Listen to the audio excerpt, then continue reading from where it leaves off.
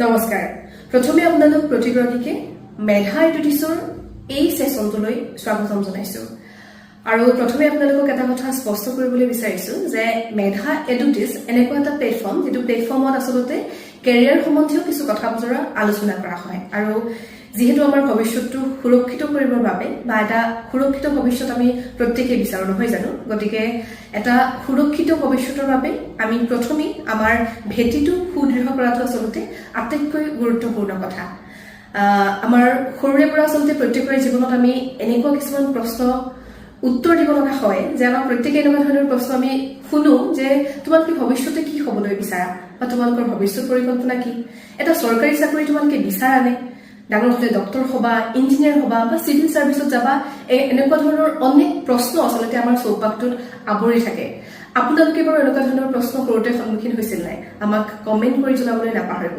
গতিকে আজি আমি এনেকুৱা ধৰণৰ প্ৰশ্ন কিছুমানৰ সমাধান লৈ আমি আপোনালোকৰ সন্মুখলৈ আহিছো যে কোনটো কেনেকুৱা ধৰণৰ প্লেটফৰ্মত আসলতে আমি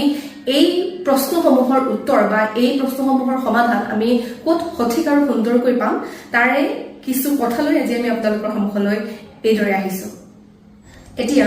ভিডিও চাই থকা বহুতেই হয়তো ক্লাছ 10 অৰ্থাৎ দশম শ্ৰেণীত পঢ়ি আছে বা আপোনালোক বহুতো অভিভাৱকে চাই আছে যাৰ ল'ৰা বা ছোৱালীটোৱে এবাৰ মেট্ৰিকৰ দিনাখনত অৱতীৰ্ণ হ'ব আৰু আমি আটাইয়ে জানো যে আমাৰ ভৱিষ্যতটো সুদৃঢ় কৰাৰ টাৰ্নিং পইণ্ট হিচাপে আমি পৰিচিত কৰোঁ বা অভিহিত কৰোঁ আমাৰ মেট্ৰিকৰ দিনাখনত গতিকে সেই দিনাখন খুব সফলতাৰে আৰু খুব ভালকৈ পাৰ হৈ যোৱাটো অভিভাৱকেই হওক বা আমি অৱতীৰ্ণ হ'বলগীয়া প্ৰশিক্ষাৰ্থীসকলেই হওক আমি প্ৰত্যেকে আচলতে খুব গুৰুত্ব দিওঁ যে খুব সফলভাৱে এই দিনাখন পাৰ হৈ যাব লাগে আৰু তাৰ পিছত আমি হয়তো বহুতো এনেকুৱা ধৰণৰ ল'ৰা ছোৱালী ইয়াতে আছে যিয়ে নেকি JEE NEET সেই তেনেকুৱা ধৰণৰ পৰীক্ষাবোৰ তেওঁলোকৰ টাৰ্গেট বা ৰেলৱে বেংকিং এনেকুৱা অনেক SSC ADRE প্ৰিপাৰেচন কৰি আছে বহুতেই গতিকে এনেকুৱা ধৰণৰ প্ৰতিযোগিতামূলক পৰীক্ষাবোৰত অৱতীৰ্ণ হ'ব লগা বহু ছাত্ৰ ছাত্ৰীয়ে এই ভিডিওটো চাই আছে আৰু বহুতে এতিয়া চেষ্টা কৰি আছে বা তেওঁলোকৰ প্ৰস্তুতি চলাই আছে গতিকে এই গোটেই যিটো জাৰ্নি যিটো যাত্ৰা এই যাত্ৰাটোত আচলতে এটা কথাৰ ওপৰতে নিৰ্ভৰ কৰে আমি কিমান কি পাৰিছো তাতকৈ আমাৰ নলেজ কিমান আছে আমি কেনে ধৰণে কি পৰীক্ষাটোৰ বাবে প্ৰস্তুতি আৰম্ভ কৰিছো বা এই প্ৰস্তুতিৰ আৰৰ কাৰ সহায় লৈছো এই কথাখিনি আচলতে আমাৰ গোটেই প্ৰস্তুতিৰ যিটো যাত্ৰা সেই যাত্ৰাটোত বহু পৰিমাণে নিৰ্ভৰ কৰে গতিকে আপোনালোকে প্ৰথমেই আপোনালোকৰ কামটো হ'ব যে আপোনালোকে এনেকুৱা এটা প্লেটফৰ্ম আপোনালোকে বাছি ল'ব লাগিব যিটো প্লেটফৰ্মত আচলতে আপোনালোকৰ ভৱিষ্যতটো সুৰক্ষিত হ'ব বা JEE NEET railway banking ADRE বা এনেকুৱা ধৰণৰ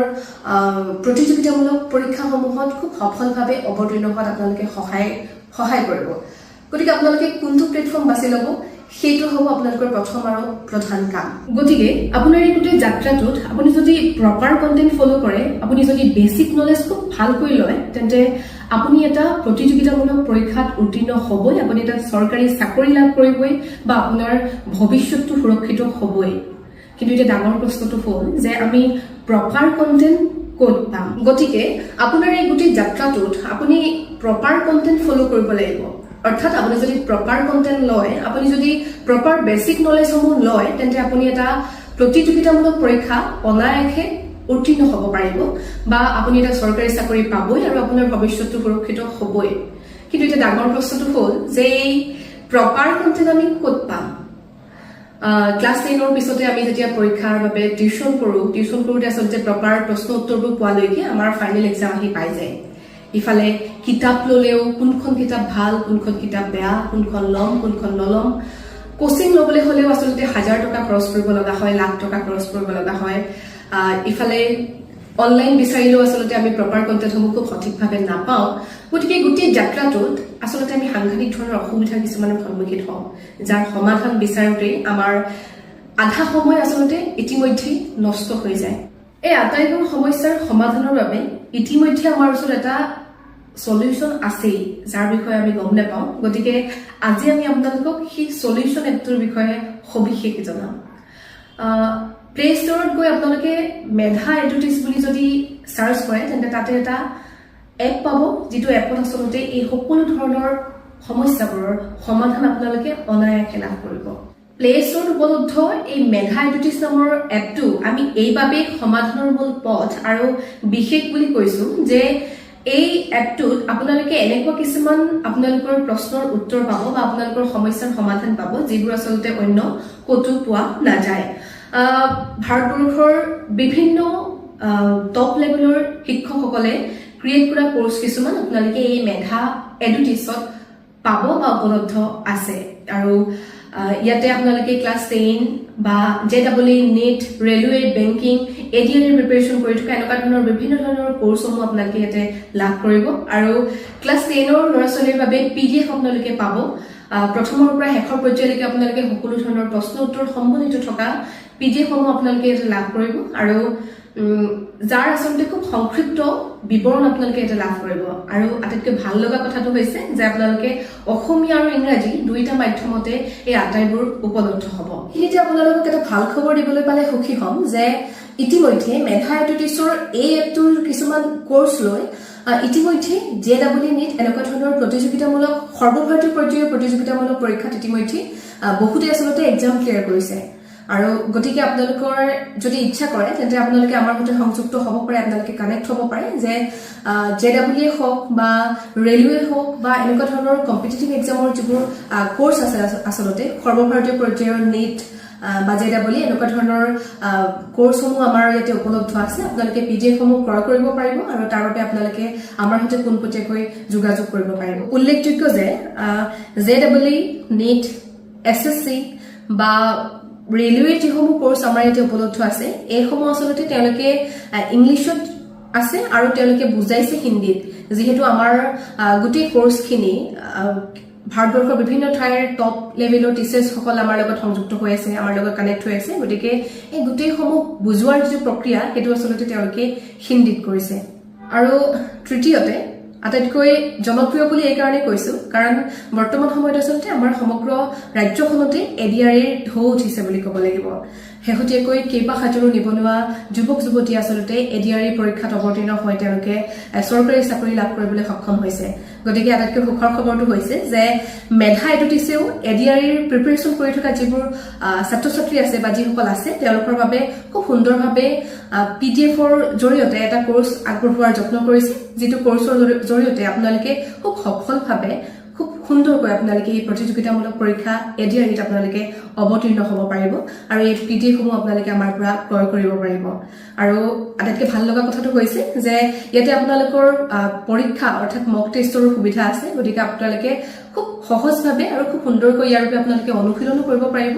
আৰু এটা চৰকাৰী চাকৰি লাভ কৰাত আপোনালোকৰ আচলতে যিটো খোজ সেই খোজটো খুব সহজ আৰু সাধাৰণ হৈ উঠিব। এটা কথা আছে যিটো কথা আচলতে আমি প্ৰত্যেকেই আমাৰ জীৱনত এবাৰ হ'লেও শুনিছো যে practice make a man perfect.